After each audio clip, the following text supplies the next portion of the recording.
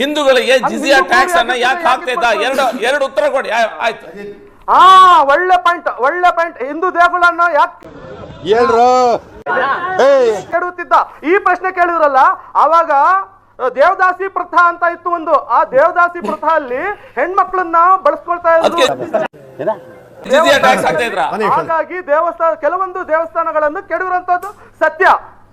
ಏನ್ ದೇವದಾಸಿ 100 ಮದುವೆ ಆಗೋರು ನೀವು ದೇವದಾಸಿ ಅಂತ ಹೇಳ್ತೀರಿ?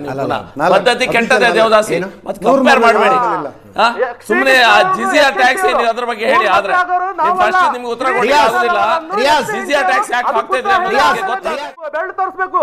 ರಿಯಾಜ್, ಸ್ವತಃ ಔರಂಗಜೇಬನ ಆಸ್ಥಾನ ಇತಿಹಾಸಕಾರರು ಮಾಸಿರೆ ಆಲಮಗಿರಿಯಲ್ಲಿ ಬರೀದೇ ಇರುವುದನ್ನು ತಾವು ಹೇಳ್ತಾ ಇದ್ದೀರಿ. ದೇವದಾಸಿ ಪದ್ಧತಿಯನ್ನು ವಿರೋಧಿಸೋದಕ್ಕೆ ಔರಂಗಜೇಬ ದೇವಸ್ಥಾನಗಳನ್ನು ಬೀಳಿಸಿದ ಅಂತ ಕಂಗ್ರಾಚುಲೇಷನ್.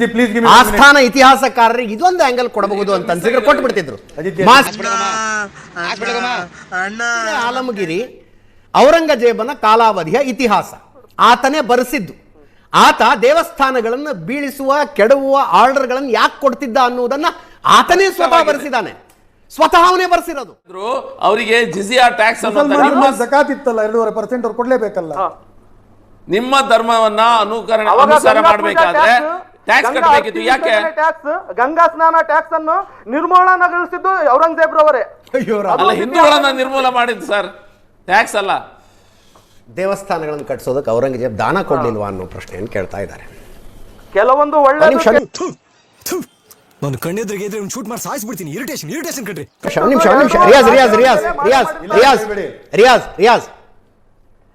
1935 ಅವಧಿಯಲ್ಲಿ ಆಗಿನ ಕಾಲದಲ್ಲಿ ಅತ್ಯುತ್ತಮ ರಸ್ತೆಗಳು ಅಂತಿದ್ದು ಜರ್ಮನಿಯಲ್ಲಿ ಆಟೋಬಾನ್ಗಳು ಅಂತ ಕರೀತಾ ಇದ್ರು. ಆಗಿನ ಕಾಲದ ದಿ ಬೆಸ್ಟ್ ರೋಡ್ಗಳು ಮಾಡಿಸಿದ್ದು ಯಾರಂದ್ರೆ ಹಿಟ್ಲರ್. ಅತ್ಯುತ್ತಮವಾದ ರಸ್ತೆಗಳನ್ನು ಮಾಡಿಸಿದ್ದ ಅನ್ನುವ ಕಾರಣಕ್ಕಾಗಿ ಹಿಟ್ಲರ್ನ ಯಾಕೆ ಬೈತೀರಿ ಅಂತ ಯಾರಾದರೂ ಕೇಳಿದ್ರೆ ಇರಬೇಕಾದ ಜಾಗದಲ್ಲಿ ಮೆದುಳು ಅವರಿಗೆ ಇಲ್ಲ ಅಂತ ಅರ್ಥ ಮಾಡ್ಕೋಬೇಕಾಗತ್ತೆ. ಇರಬೇಕಾದ ಜಾಗದಲ್ಲಿ ಎಮರ್ಜೆನ್ಸಿ ಟೈಮಲ್ಲಿ ಟ್ರೈನ್ಗಳು ಸರಿಯಾಗಿ ಓಡಾಡ್ತಿದ್ವು. ಅದಕ್ಕೆ ಎಮರ್ಜೆನ್ಸಿ ಬೇಕು ಅಂತ ಹೇಳಿದೆ ಸಂಜಯ್ ಗಾಂಧಿ ಹೇಳ್ದಂಗೆ. ಚಲನಚಿತ್ರ ಇಲ್ಲಿವರೆಗೂ ತಗೊಂಬಂದು ನಿಲ್ಸಿದೆ. ಆ ಚಲನಚಿತ್ರದ ಹೀರೋ ಒಂದು ಮುಸ್ಲಿಂ ಹುಡುಗಿಯನ್ನ ಮದುವೆ ಮಾಡ್ಕೊಂಡು ಜೀವನ ಆರಾಮ ನೆಮ್ಮದಿಯಾಗಿ ಮಾಡ್ಕೊಂಡು ನಡೀತಾವನೆ. ಆ ಚಲನಚಿತ್ರದ ಮ್ಯೂಸಿಕ್ ಒಬ್ಬ ಮುಸಲ್ಮಾನ AR ರೆಹಮಾನ್. ಆ ಚಲನಚಿತ್ರದ ಲಿರಿಕ್ಸು ಇರ್ಷಾದ್ ಕಾಮಿಲ್, ಅವನು ಒಬ್ಬ ಮುಸಲ್ಮಾನ. ಇವಾಗ ಛತ್ರಪತಿ ಶಿವಾಜಿ ಆಗಿರಲಿ, ಸಂಭಾಜಿ ಆಗಿರಲಿ, ಆ ಚಲನಚಿತ್ರದಲ್ಲಿ ಯಾವ್ಯಾವ ಡೈಲಾಗ್ ಹೇಳಿದಾರೋ ಆ ಡೈಲಾಗನ್ನು ಬರ್ದಿರೋನೇ ಇರ್ಷಾದ್ ಕಾಮಿಲ್, ಮುಸಲ್ಮಾನ. ಆದ್ರೆ ಇವತ್ತು ಈ ಚಲನಚಿತ್ರವನ್ನು ಪ್ರಧಾನಮಂತ್ರಿಯವರು, ಅವ್ರೇನು ಪ್ರಧಾನಮಂತ್ರಿನ ಅವ್ರಿಗೂ ಕರಣ್ ಜೋಹರ್ಗೆ ಡಿಫ್ರೆನ್ಸ್ ಇಲ್ವಾ?